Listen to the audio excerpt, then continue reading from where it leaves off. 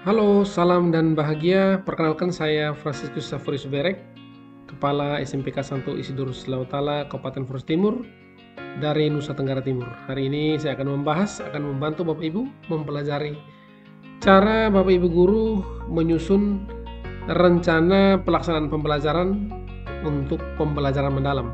Ini kita sebut sebagai perencanaan pembelajaran mendalam. Kita langsung saja ya Bapak Ibu ya. Ada 4 bagian penting yang harus kita ketahui ketika kita mau menyusun rencana pembelajaran mendalam. Itu yang pertama, bagian identifikasi. Yang kedua, bagian desain pembelajaran. Yang ketiga, yang ketiga, pengalaman belajar. Dan yang keempat, asesmen.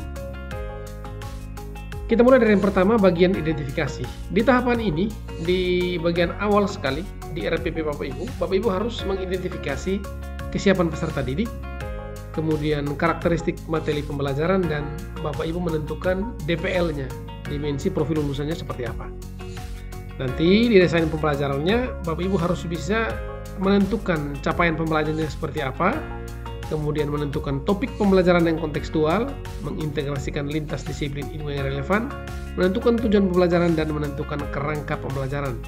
Kerangka pembelajaran nantinya itu berkaitan dengan praktik pedagogisnya seperti apa, kementerian pembelajarannya dengan siapa, lingkungan pembelajarannya bagaimana, dan pemanfaatan digitalnya seperti apa. Itu di bagian desain pembelajaran.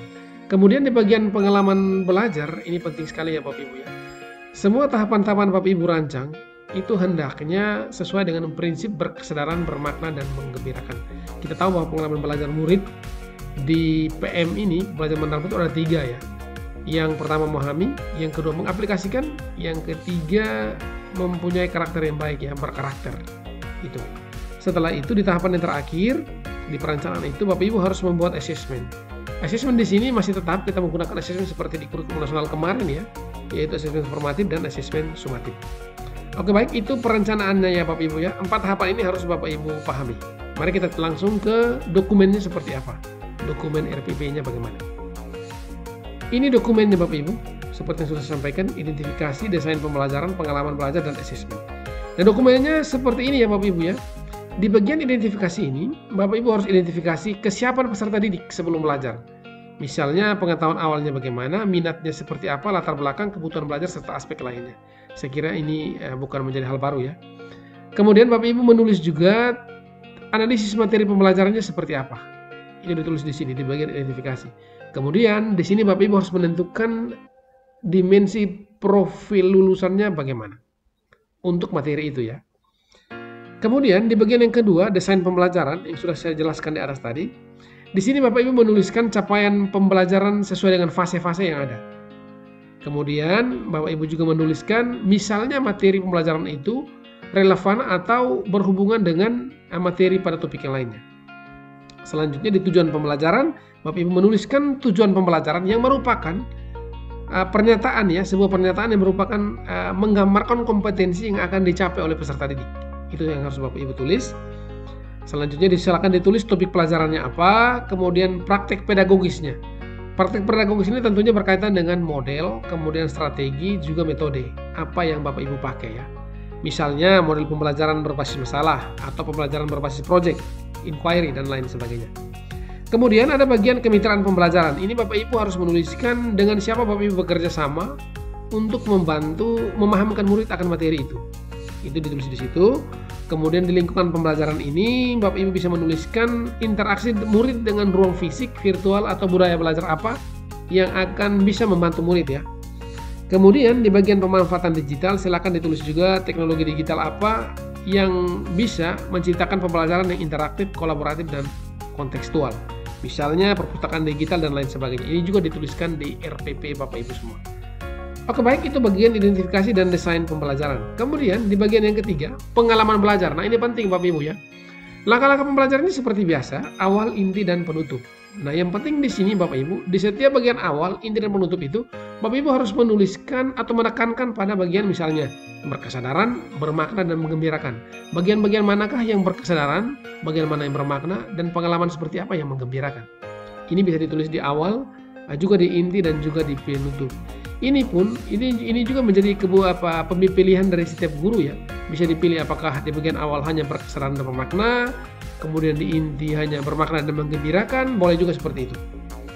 Kemudian di bagian asesmennya Bapak Ibu, itu Bapak Ibu harus menuliskan asesmen awalnya bagaimana, prosesnya seperti apa, dan akhirnya nanti bagaimana.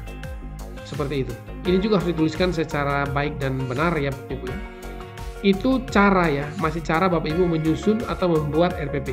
Sekarang mari kita lihat salah satu contoh praktis yang bisa membantu kita Bapak Ibu ya di pelaksanaan pembelajaran. Misalnya di mata pelajaran ini ya, misalnya ini Bapak Ibu. Ini di bagian pelaksanaannya nanti. Sekali lagi ya, pengalaman belajar murid itu berkaitan dengan memahami, mengaplikasi, dan merefleksi ya Bapak Ibu ya. Ada 3 ya. Memahami, mengaplikasi, dan merefleksi.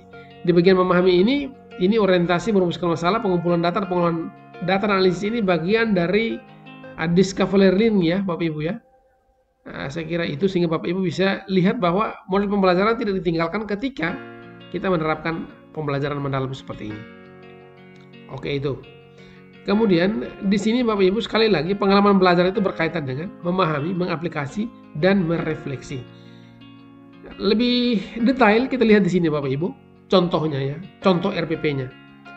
Di bagian identifikasi ini silakan ditulis kesiapan belajar murid dan lain sebagainya. Kemudian materinya silakan ditulis materinya apa, dimensi profilnya ditulis apa saja yang mau disasar, bisa dilihat di sini ada dicentang kreativitas, kolaborasi, dan komunikasi. Kemudian di bagian capaian pembelajaran harus ditulis capaian apa yang mau disasar. Kemudian topik pembelajarannya apa, misalnya peran manusia dalam menjaga ekosistem. Ini baru di bagian identifikasi Bapak Ibu. Kemudian di bagian sini Bapak Ibu ya, pembelajaran mendalam, tujuan pembelajarannya itu dituliskan tujuan. Kemudian praktik pedagogis, mau dipakai model pembelajaran apa, ini dituliskan di sini. Mitra pembelajaran, siapa yang diajak kolaborasi. Lingkungan pembelajaran, ruang virtual, ruang fisik apa yang bisa mendukung murid. Kemudian pemanfaatan digital, seperti apa yang bisa membantu kita selama proses belajar mengajar ini. Itu Bapak Ibu. Kemudian langkah-langkah pembelajarannya. Langkah-langkah pembelajaran di bagian awal seperti yang sudah saya sampaikan di atas. Bisa kita tulis berkesadaran dan bermakna. Nah, di poin-poin mana harus kita tulis secara runut ya Bapak Ibu ya. Membuka pembelajarannya kapan sampai pada memaparkan tujuan pembelajarannya seperti apa. Itu. Kemudian di bagian inti Bapak Ibu, inti juga sama. Sekali lagi, di bagian inti pengalaman belajar. Pengalaman belajar di PM ini berkaitan dengan memahami, mengaplikasi, dan merefleksi. Nah, ini harus kita tuliskan secara baik di sini. Intinya awalnya apa, intinya seperti apa, dan penutupnya bagaimana. Misalnya di bagian inti ada bermakna dan menggembirakan, kemudian di penutup ada berkesadaran. Ini juga harus kita tuliskan poin-poinnya secara penting. Itu setelah itu Bapak Ibu di bagian asesmennya juga kita harus tuliskan secara detail ya Bapak Ibu ya. Misalnya di asesmen awal kita tulis kuis singkat, kemudian di asesmen di tengah misalnya pada konsep presentasi, kemudian di asesmen di akhir ada jurnal refleksi dan tes tertulis. Itu Bapak Ibu ya garis besar bagaimana Bapak Ibu akan membuat rencana pelaksanaan pembelajaran mendalam. Semoga informasi saya ini bisa memberikan manfaat bagi Anda. Salam sukses untuk kita semua.